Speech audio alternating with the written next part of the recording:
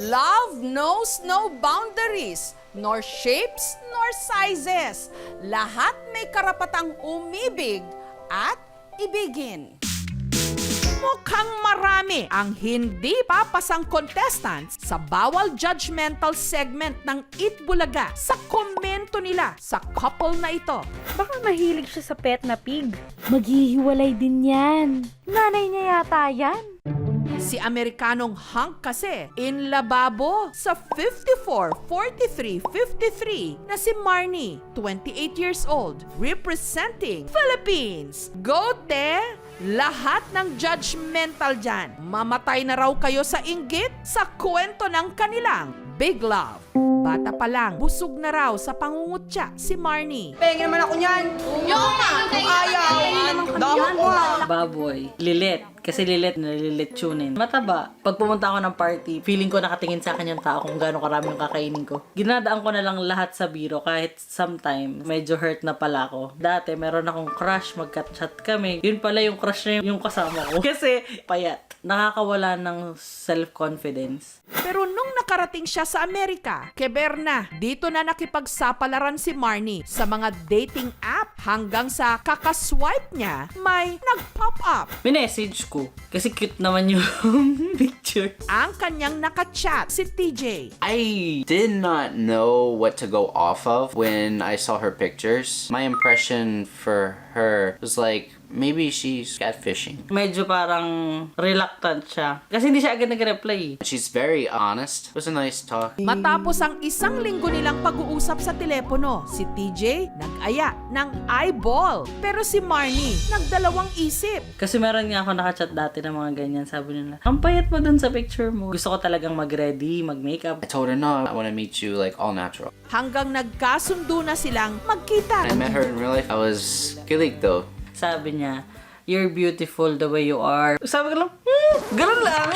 Pag nakatanggap ka ng compliment sa gwapo, hindi ka ba kikiligin? Matapos ang isang buwan, sina TJ at Marnie, opisyal nang naging mag-on. We were talking about like future plans. It started to become real. I really felt that I loved her. Magalang na bata, marunong makisama. Tanggap niya kung ano si Marnie. Pinakilala niya ako doon sa family niya. Wala naman daw silang pakialam kasi mukha naman daw akong mabait. Hanggang si TJ nag-propose na ng kasal.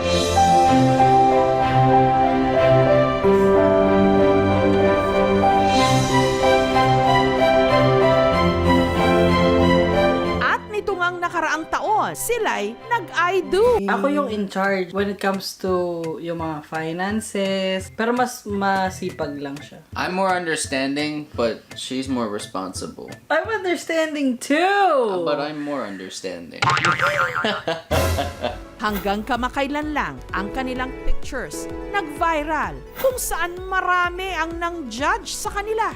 Mag-pray ka po baka sa bandang huli iwan kring maghanap ng sexy yan. I already marry her. So, this is my sexy girl. I'm the sexiest girl in his eyes. It made us stronger. They can't bash on true love. Sa kabila ng lahat ng ito, may isang bagay pa raw na bumabagabag kay Marnie at yun ang ipagtapat kay TJ ang kanyang lihim. Si Marnie kasi may anak na naiwan sa Pilipinas. 18 anyos lang daw siya nung siya'y nabuntis mula sa dati niyang nakarelasyon. Lumaki siya ng... Kilala naman niya ako as a mom. Pero I think kulang yung connection. Paano ba dito? Dito po kasi siya nakakasama. Hindi ko kami masyado napiisip. Hindi ko alam kung paano ako sasabihin. It was surprising. Yes, I was shocked. Pero ang nakaraan ni Marnie, buong pusong tinanggap ni TJ. Nung sinabi niya sa akin na tanggap niya ako at yung anak ko, parang sa akin, parang ngayon ko lang narinig yon. Nitong nakaraang taon, sumama pa nga si TJ sa bakasyon ni Marnie sa kanilang bayan sa Quezon. You eat the red one too. That's the challenge.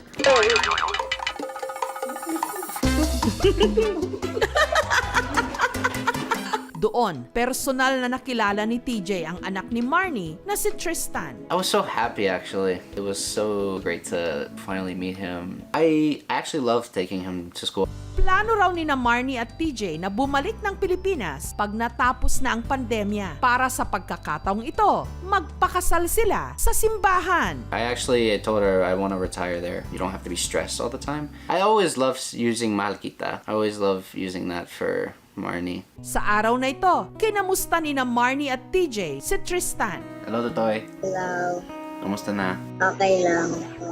Lagi kang makikinig kila mama. Huwag laging pasaway. We are trying our best na madala ka na dito para makabawi naman ako sa'yo. Tutoy, mahal na mahal kita. Ready na kami. Dumating ka sa US. We're very proud of you. Don't forget that. Thank you for everything.